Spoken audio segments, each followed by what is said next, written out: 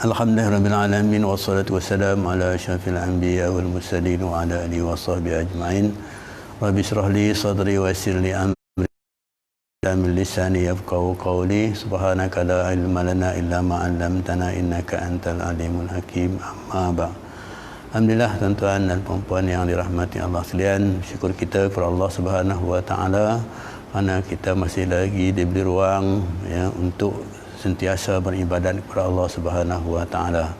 Mudah-mudahan amalan kita yang sedikit ini diterima oleh Allah Subhanahu wa taala.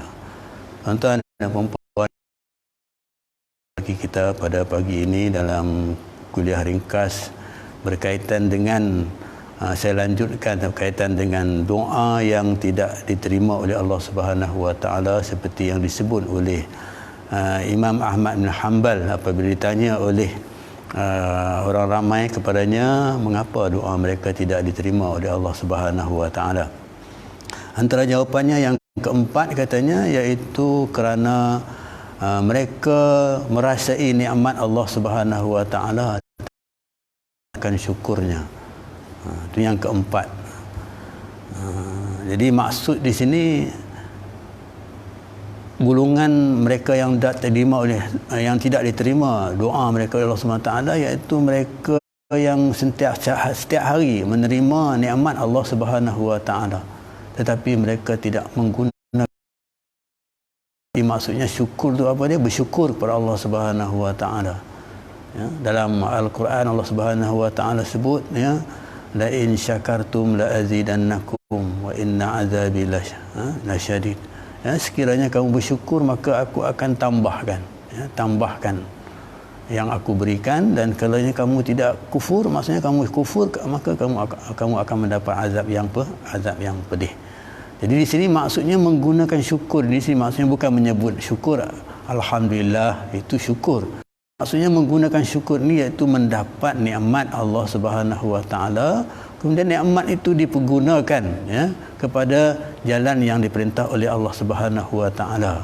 Misalnya kita dapat rezeki, maka rezeki itu bukan untuk kita sahaja, maka rezeki itu untuk kita hebarkan kepada orang lain. Itu maknanya bersyukur. Macam kita dapat ilmu ni bukan untuk kita sahaja, tapi ilmu ni untuk kita maksudnya untuk kita sampaikan kepada orang lain. Itu maknanya bersyukur. Di nikmat Allah itu, ilmu itu adalah nikmat Allah. Jadi nikmat Allah bagi kepada kita, maka kita panjangkan nikmat Allah itu kepada orang lain, maka itu dikatakan bersyukur.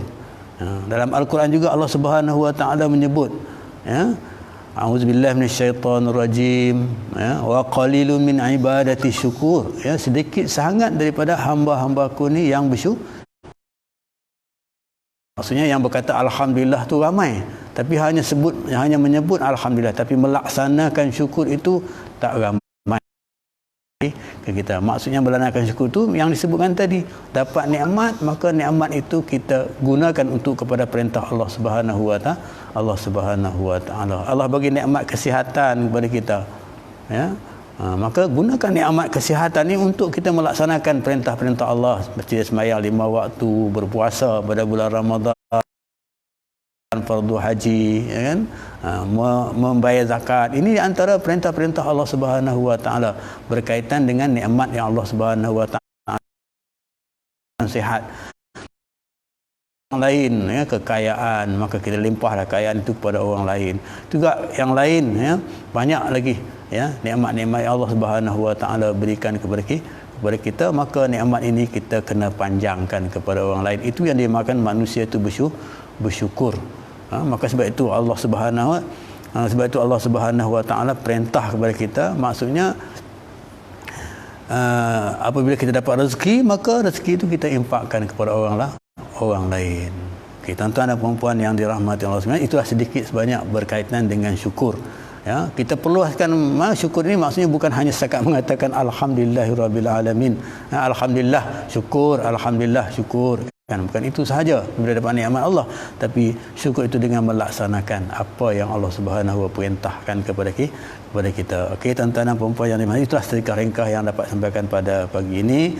Dan sebenarnya kita dalam ini pun kita bersyukur juga dalam majlis, dalam suasana PKP ini, maka macam di masjid kita ni, masjid Kampung Rincing ni dah boleh sembahyang jamaah 3 waktu dah, ya, ikut dia punya SOP dia, ya. Tapi kita bersyukurlah apabila kita sampai dalam masa sembahyang, dah lama tak sembahyang ni, bila kita datang sembahyang berjemaah ramai-ramai ni terasa, ya, terasa kita ni bahawa berhadapan dengan Allah Subhanahu Wa Taala. Bila kita ikut SOP-nya ini, ada pengajaran yang banyak yang kita dapat. Contohnya bila kita masuk dalam masjid, kita duduk tempat-tempat yang telah ditentukan oleh pihak masjid yang dibuat SOP itu, dan kita diam, tak bercakap apa-apa. Ya, seperti mana kita menyerahkan diri kita ni kepada Allah Subhanahu Wa Taala, ya, sebulat-bulatnya kepada Allah Subhanahu Wa Taala, seolah-olah kita ni berada di hadapan Allah Subhanahu Wa Taala. Sebelum ini kita, apabila kita azan, dengar azan, kita pun tak, kita masih bersembang, kita masih bercakap dan sebagainya. Tetapi bila kita ikut SOP ini, maka kita dapati bahawa bila azan, maka kita semua berdiam diri dan kita mendengar azan dan kita menjawab azan dengan baik. Maka itu kita dengar sejarah para sahabat mengatakan bahawa apabila mereka mendengar azan, maka mereka ni tak mengenali antara satu dengan yang lain, masing-masing kepada Allah Subhanahu Wa Taala.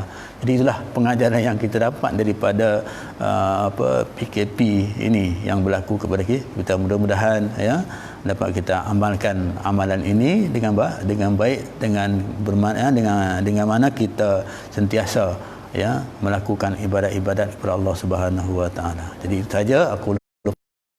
Astagfirullahalazim. Assalamualaikum warahmatullahi wabarakatuh.